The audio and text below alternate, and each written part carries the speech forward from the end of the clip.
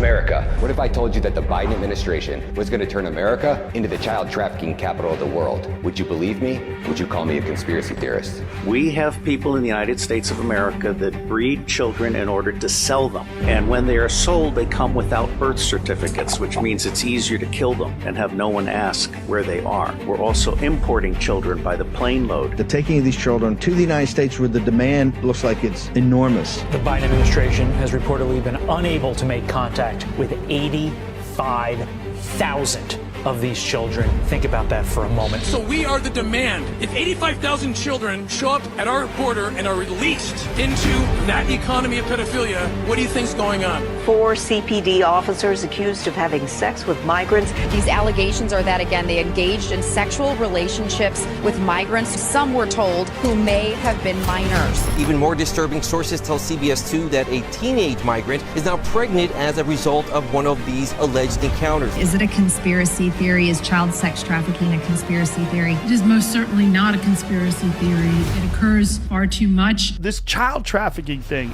is real. It has always existed. America, what if I told you that Alejandro Mayorkas was going to turn DHS into the human trafficking arm of the United States government? Would you believe me?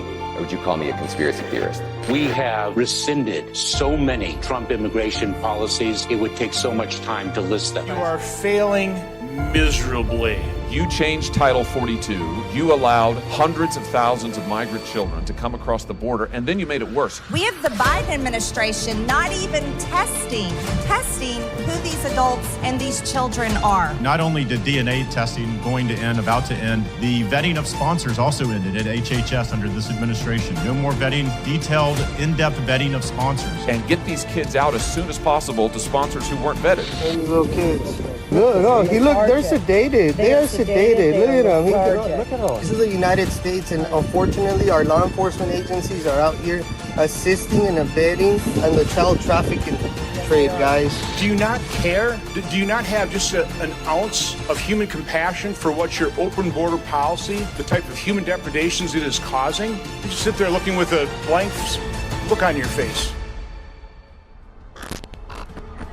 America, what if I told you that Xavier Becerra was going to turn HHS into the child trafficking arm of the United States government? Would you believe me, or would you call me a conspiracy theorist?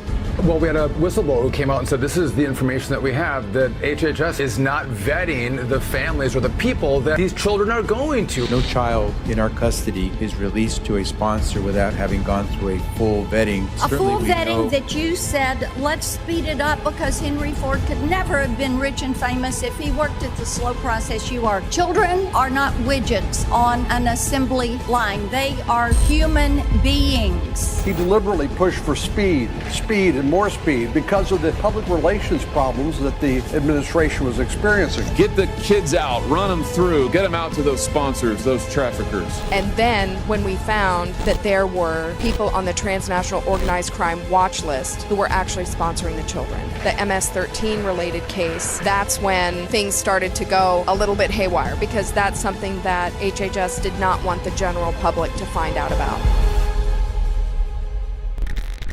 Under Alejandro Mayorkas' watch, HHS has turned into the largest child trafficking network the world has ever seen. There are currently 438,573 migrant children missing in America. Then what if I told you the last time they would be seen alive is when HHS ordered the delivery of these children to sexual predators? Would you believe me, or would you call me a conspiracy theorist? All of the child services agencies across the United States of America, they did not start out as organizations to prey on children, but they attract pedophiles, and ultimately pedophiles end up rising in the ranks and controlling those organizations, so that an organization that initially started out in the service of children becomes an organization that is in fact hunting children. If they're going to allow children to declare their gender at age 3, they're not going to care if kids engage in sexual activity, frankly, or if kids engage in the workplace in jobs that are supposed to be done by adults. I think it's obvious. They just simply don't care. This is an industrial system. It's an industrial system that uses small children to exploit for sex. Therefore, it has to have the cooperation agreement by institutions and people in power. They are facilitating, Mayorkas has facilitated the biggest child smuggling and trafficking operation in American history. I am calling on Congress to investigate the actions of DHS Secretary Alejandro Mayorkas, HHS Secretary Xavier Becerra, and Border Czar Vice President Kamala Harris, and to identify their role in facilitating the abuse of children through federal agencies